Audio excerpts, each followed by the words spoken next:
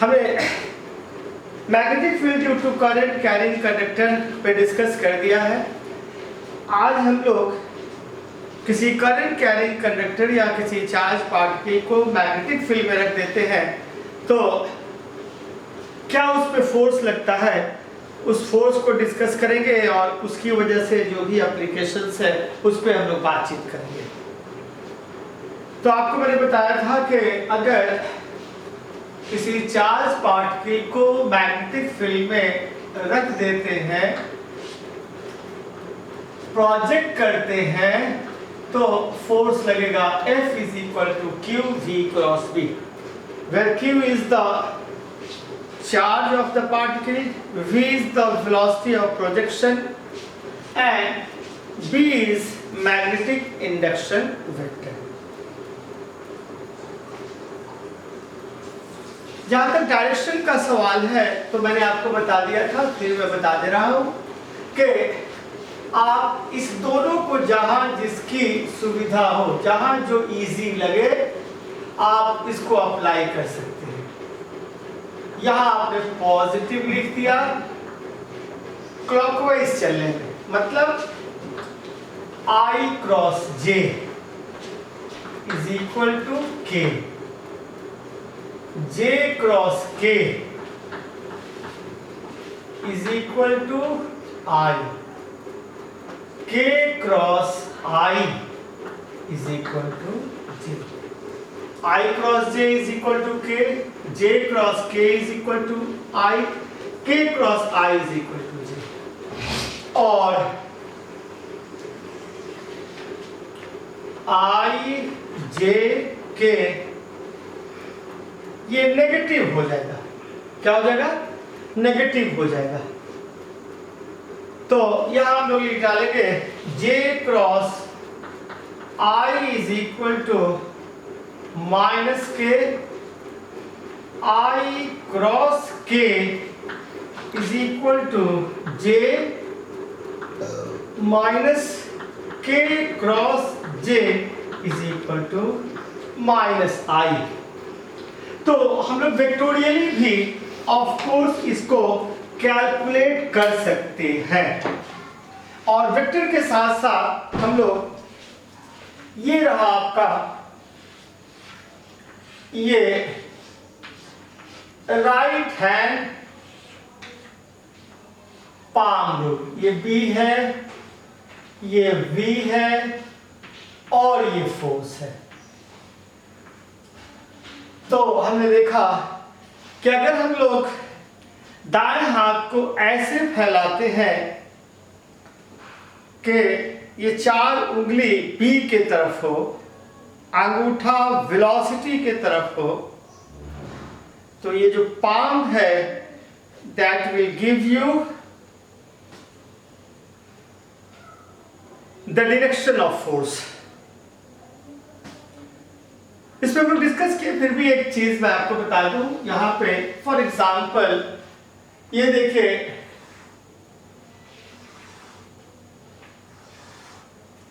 ये आपका V रहा, ये B रहा और ये फोर्स है।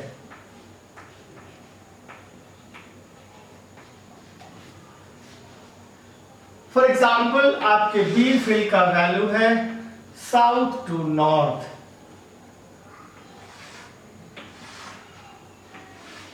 ये वेलोसिटी है ईस्ट टू वेस्ट। देखिए जब हम लोग यहां पे बैठे हैं या आप हैं,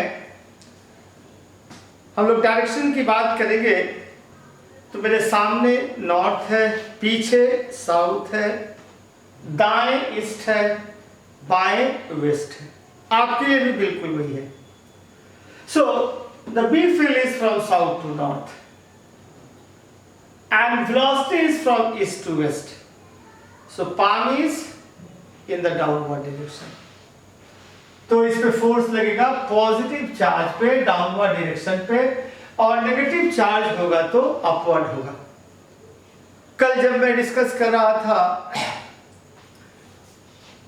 तो वहां भी मैंने आपको ये डायरेक्शन की बात की थी, जब हॉल्स लॉ का डिस्कशन चल रहा था। यहां देख लीजिए ये वेस्ट टू ईस्ट है, तो वेस्ट टू ईस्ट में ये साउथ टू नॉर्थ अगर है तो this is south to north and this is west to east. So palm किधर गया, पाम चला जाता है ये ऊपर की तरफ, so it is up.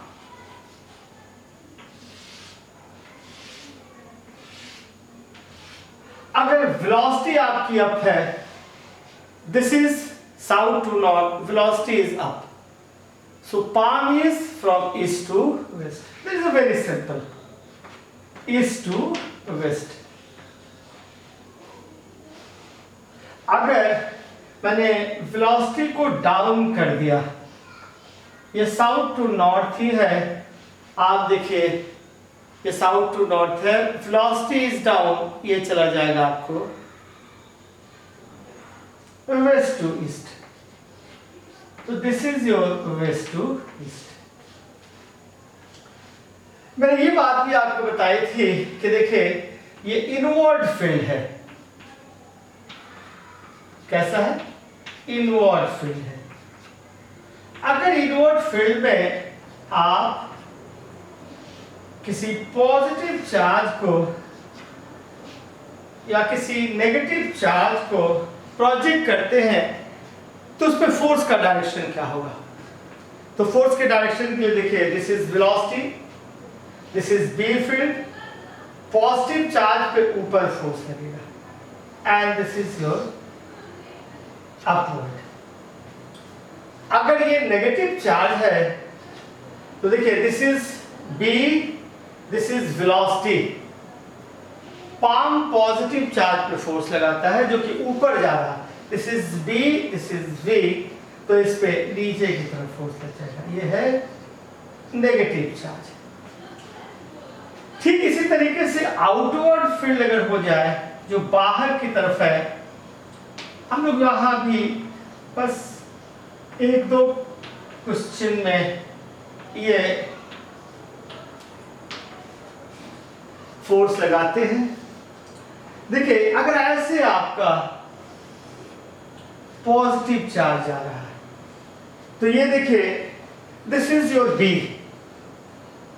And thumb is up, so palm इधर आया, so this is the force on positive charge. जाहिर सी बात है दिस अगर ये नेगेटिव चार्ज होगा तो इधर आएगा। तो मैं समझता हूं कि इस तरीके से आप फोर्स का डायरेक्शन बहुत आसानी से निकाल सकते हैं और इस पर मैंने डिस्कस किया है, इसलिए अगर मैं इसको मिटा दूं तो कोई तकलीफ? सौम्या जी क्या मैं इसको मिटा दूं? आप मेरी बात सुन रही हैं? सौम्या, मैंने इसको डिस्कस किया था ना? यस, तो मैं इसको मिटा दे रहा हूं, थैंक यू। अब एक क्वेश्चन लिख डालिए आप लोग, लिखे electron or some charged particle is being projected in a cross electric or magnetic field. In a cross electric or magnetic field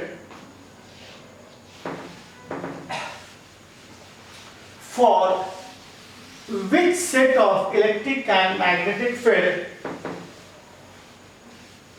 for which set of electric and magnetic field it will pass undeflected, for which set of electric and magnetic field it will pass undeflected। जैसे देखिए यहां पे मान लीजिए ये electron ही है, so it is negative charge. आपने यहां एक इलेक्ट्रिक फील्ड ऐसे दे दिया और यहां मैग्नेटिक फील्ड भी है।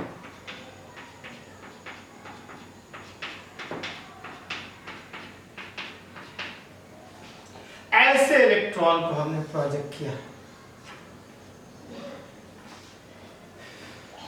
फिर इस से आपका ये set of electric and magnetic field है, आउटवर्ड है, और ये इलेक्ट्रॉन है।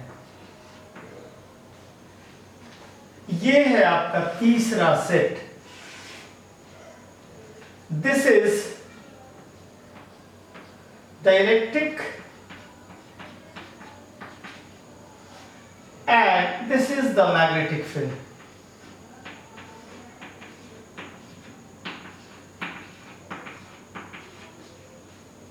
ये चौथा आपका सेट है क्रॉस इलेक्ट्रिक और मैग्नेटिक फील्ड का।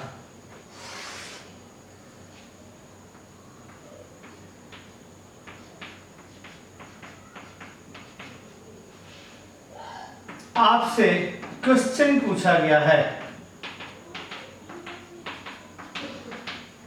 which set of electric and magnetic field will allow the electron to pass undeflected in a straight line?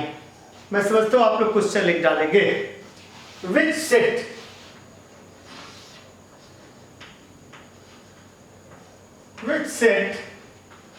of cross electric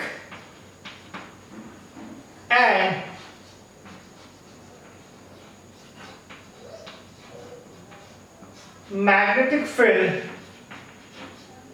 will allow the electron to pass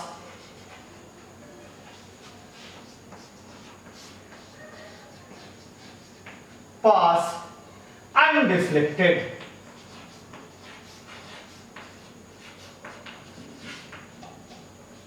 Which set of cross electric and magnetic field will allow the electron to pass undeflected? That is a very simple problem. देखिए अभी मैंने बताया ये electron है, तो यहां मैं आपको दिखाता हूं। देखिए ये अगर इलेक्ट्रिक फील्ड होता तो ये electric field positive end of the plate की तरफ इलेक्ट्रॉन को ऊपर ऐसे ले जाता है, और यहां पर अगर ये मैग्नेटिक फील्ड है ऐसा, तो अभी कुछ देर पहले आपको मैंने बताया if this is an inward magnetic field, तो पॉजिटिव चार्ज पे ऊपर, नेगेटिव चार्ज पे नीचे की तरफ फोर्स लगता है। तो देखिए यहां पे ये है इलेक्ट्रिकल फोर्स और ये है magnetic force. This is your electrical force EE, this is your magnetic force EVB। आप यहां देखिए पहले की तरह, this is your electrical force, ये आपका आउटवर्ड मैग्नेटिक फील्ड है। कैसा है? आउटवर्ड मैग्नेटिक फील्ड है। कैसा है? Outward magnetic field. Outward magnetic field में अगर आप ऐसे फेंकते हैं पार्टिकल को, तो मैंने अभी आपको कुछ देर पहले बताया this is out and this is velocity. तो पॉजिटिव चार्ज पर नीचे फोर्स लगता, देखिए this is out, B field, this is velocity. तो पॉजिटिव चार्ज पर नीचे फोर्स लगता, इलेक्ट्रॉन पर ऊपर लगेगा। तो इलेक्ट्रॉन पे इलेक्ट्रिकल फोर्स भी ऊपर और मैग्नेटिक फोर्स भी ऊपर, इसलिए दोनों फोर्स ऊपर है। यहां देखिए अभी आपको मैंने दिखाया कि इलेक्ट्रॉन पे मैग्नेटिक फोर्स ऊपर और इलेक्ट्रिकल फोर्स नीचे। देखिए इलेक्ट्रॉन को ये पॉजिटिव टर्मिनल नीचे लाएगा, मैग्नेटिक अभी आपको दिखा दिया। तो this is your EVB and this is your EE। आप इधर आइए, इलेक्ट्रॉन को ये नेगेटिव प्लेट नीचे और यहां देखिए इलेक्ट्रॉन पे मैग्नेटिक फोर्स भी नीचे, तो यहां EVB और EE ये दोनों नीचे है। अब आपसे कोई पूछेगा कि अनडिफ्लेक्टेड कहां कहां पॉसिबल है, तो अनडिफ्लेक्टेड होने के लिए जरूरी है कि इलेक्ट्रिकल और मैग्नेटिक फोर्सेस पहले तो अपोजिट डायरेक्शन में लगे, और जब अपोजिट डायरेक्शन में लगे फिर दोनों का मैग्नीट्यूड बराबर हो जाए। तो देखिए अपोजिट पे कहां कहां लग रहा है, first case and second case. तो ये दो ऐसे केसेस हैं जहां इलेक्ट्रॉन अनडिफ्लेक्टेड जा सकता है, स्ट्रेट जा सकता है, स्ट्रेट जा सकता है, provided E is equal to EVB, E is equal to EVB, और E से E को अगर काट दें तो अगर इलेक्ट्रॉन का स्पीड, इलेक्ट्रॉन की वेलोसिटी E by B हो, where E is the strength of the electric field and B is the strength of magnetic field, the electron will pass undeflected। तो इलेक्ट्रॉन इसी केस में undeflected पास कर सकता है, और उस शर्त पर कि जब इसकी वेलोसिटी E by B के बराबर है। यहां भी सारे के सारे इलेक्ट्रॉन ऑफ कोर्स अनडिफ्लेक्टेड नहीं जाएंगे, यानी आपको किसी दूसरे रीजन में भेजना है, यहां पर आप एक छोटा सा होल डाल देते हैं। आप यहां एक छोटा सा होल डाल सकते हैं ठीक इलेक्ट्रॉन के प्रोजेक्शन के ऑपोजिट पॉइंट पे, तो इस होल से वही इलेक्ट्रॉन पास कर सकता है जिसकी velocity v is equal to E by B है। बाद में हम लोग कभी वेलोसिटी सेलेक्टर के नाम से इसको हम लोग पढ़ेंगे। तो only those electron will pass whose velocity is given by E by B, and of course the electron will pass only in this case and in this case। इन दोनों केस में इलेक्ट्रॉन अनडिफ्लेक्टेड पास नहीं होगा। I hope it is clear. क्या मैं इसको बिठा दूं सौम्या जी आगे बढ़ने के पहले, या इसको उतारेंगे आप लोग? सौम्या, आर यू लिस्निंग मी? सुरभि, आप सुन रही हैं जी? बोलिए सौम्या, आर यू लिस्निंग? अच्छा ठीक है, जैसे हो जाए आप बोलिएगा, मैं ऑफ कोर्स इसको बिठा के आगे बढ़ूंगा इंशाल्लाह। ओके, किसी को कोई परेशानी इसमें नहीं? Thank you. तो आप लोग इसको उतारें।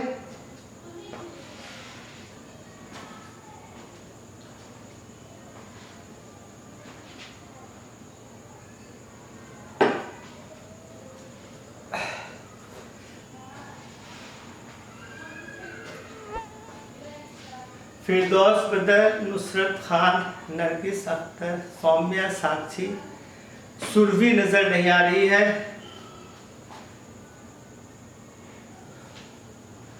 Surabhi, are you present?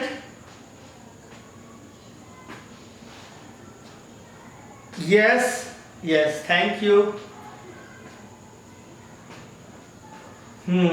सब लोग अपना अपना प्रेजेंस शो कर दें। रामान साहब मौजूद हैं? Very good.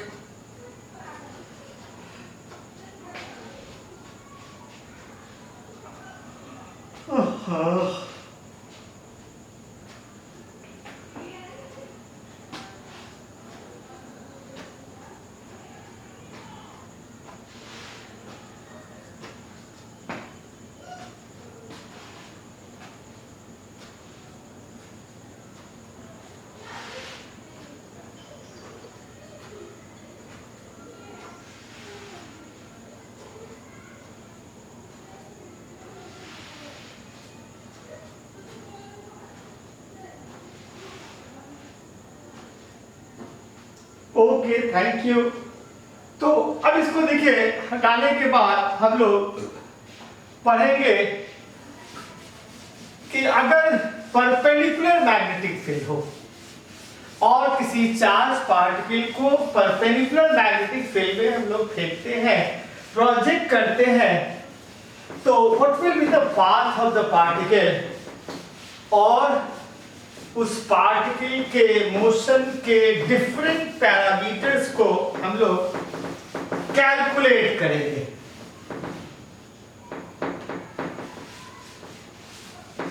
If a particle is projected, तो लिखा है, if a particle is projected in a perpendicular magnetic field,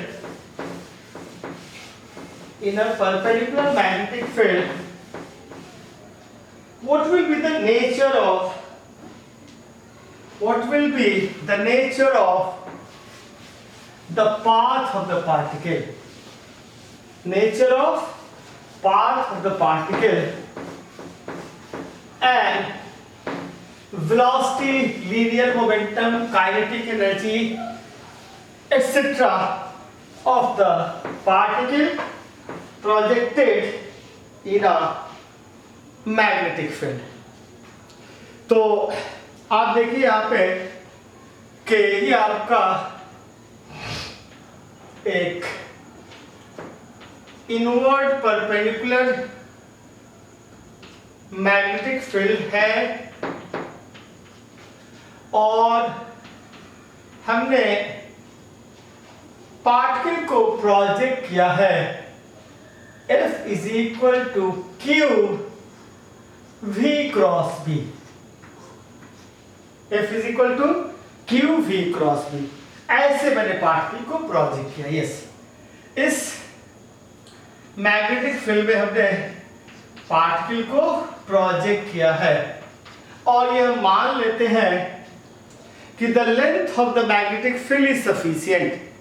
हम लोग इनसफिशिएंट मैग्नेटिक फील्ड में भी पाथ को डिस्कस करेंगे कि what will be the nature of path of the particle.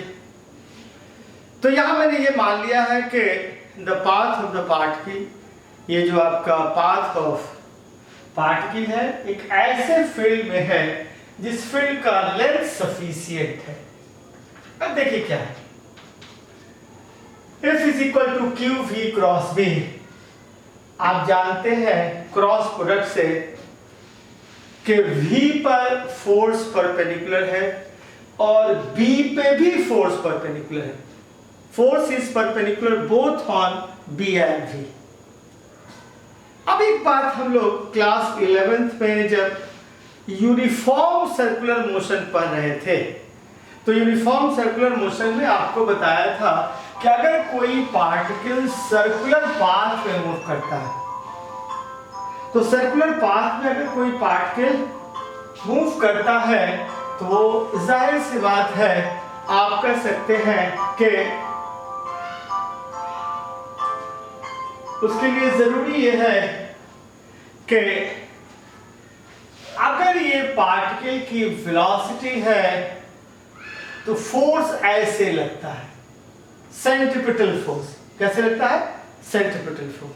Particle को यूनिफॉर्म सर्कुलर मोशन में मूव करने के लिए वेलोसिटी एंड फोर्स दोनों को एक दूसरे के परपेंडिकुलर होना चाहिए, तभी पार्टिकल यूनिफॉर्म सर्कुलर मोशन में मूव करेंगे। यहां क्या देखते हैं? वेलोसिटी एंड फोर्स दोनों एक दूसरे के म्यूचुअली परपेंडिकुलर हैं, इसीलिए यहां भी particle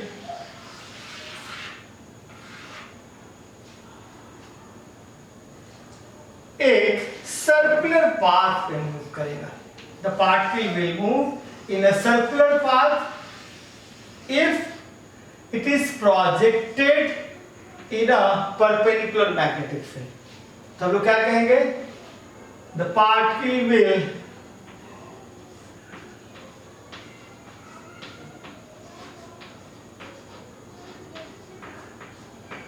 move in a circular path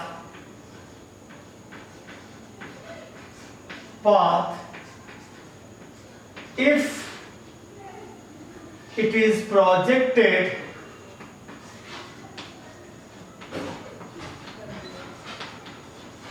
projected in a uniform perpendicular magnetic field. तो अगर आप किसी पार्टिकल को यूनिफॉर्म परपेंडिकुलर मैग्नेटिक फील्ड में प्रोजेक्ट करते हैं तो इसका पाथ सर्कुलर होगा। क्यों सर्कुलर होगा आप अच्छी तरह जान गए, क्योंकि सर्कुलर पाथ में मूव करने के लिए वेलोसिटी एंड v दोनों एक दूसरे के परपेंडिकुलर हो। यहां भी वेलोसिटी एंड फोर्स, यहां velocity and force, velocity is tangential, force is radial, दोनों एक दूसरे के परपेंडिकुलर है। यहां भी दोनों एक दूसरे के परपेंडिकुलर है। अब जो सेंट्रीपिटल फोर्स है mv²/r, किसी भी पार्टिकल को सर्कुलर पाथ में मूव करने के लिए एक सेंट्रीपिटल फोर्स की जरूरत होती है जिसका वैल्यू होता है mv²/r। It will be provided by magnetic force qv cross v। अब यहां पे ये अलग बात है कि v और b दोनों म्यूचुअली परपेंडिकुलर हैं, इसलिए इसको हम लोग लिख सकते हैं QVB sin 90 degree, QVB sin 90 degree. तो यहां से आप लिख सकते हैं mv²/r is equal to QVB। v को v से कैंसिल कर दिया जाए तो आप लिख सकते हैं mv divided by qb is equal to r. So the particle will move in a circular path whose radius is given by r is equal to mv by qb. Simple है, v से v cancel हो गया, r is mv by qb, तो r is equal to mv by qb. So there is no problem. फिर हम लोग इसको लिख सकते हैं यहां से mv²/r is equal to qvb, एक v से v कट गया, v by r is omega, so it is m omega is equal to qv. So what is omega? Omega is equal to qv by m. Omega is equal to qv by m. So और आपको बहुत बार बताया जा चुका है कि omega is equal to 2 pi nu और it is 2 pi by T, where nu is the frequency of the particle and T is the time period. Frequency का मतलब अगर ये पार्टिकल सर्कुलर पाथ में एक बार में 1 सेकेंड में एक बार मूव करता है तो इसकी फ्रीक्वेंसी 1 है, 1 सेकेंड में 2 बार मूव करता है तो इसकी फ्रीक्वेंसी 2 है, और 1 सेकेंड में न्यू बार मूव करता है तो ये इसकी फ्रीक्वेंसी है। तो आपने ओमेगा को लिखा qv by m और ये 2 पाई बाई टी के बराबर भी है, so it is equal to qv by m। आप यहां से फ्रीक्वेंसी को लिख सकते हैं 1/2 पाई qv by m। So this is the frequency of the charged particle। और टाइम पीरियड को जस्ट ऑपोजिट ऑफ फ्रीक्वेंसी लिख सकते हैं। यहाँ से टाइम पीरियड का वैल्यू अगर लिखेंगे हम लोग तो t का वैल्यू हो जाएगा 2 पाई m डिवाइडेड बाई q। सो इस तरीके से हमने आपको ये देखा, ये कहा कि अगर आप किसी चार्ज पार्टिकल को यूनिफॉर्म परपेंडिकुलर मैग्नेटिक फील्ड में फेंक देते हैं तो आप देखते हैं कि फोर्स एंड वेलोसिटी दोनों एक दूसरे के म्यूचुअली परपेंडिकुलर है। 11 से हम जानते हैं कि किसी पार्टिकल को यूनिफॉर्म सर्कुलर मोशन में मूव करने के लिए force and velocity, force is radial and velocity is tangential, the two of course should be perpendicular to each other। तो यूनिफॉर्म सर्कुलर मोशन का कंडीशन यहाँ फुलफिल हो जाता है, इसलिए परपेंडिकुलर मैग्नेटिक फील्ड में अगर किसी पार्टिकल को प्रोजेक्ट किया जाए so the path of the particle will be a circle, और सर्कुलर पाथ में मूव करने के लिए जो centripetal force mv² by r है दैट इज प्रोवाइडेड बाय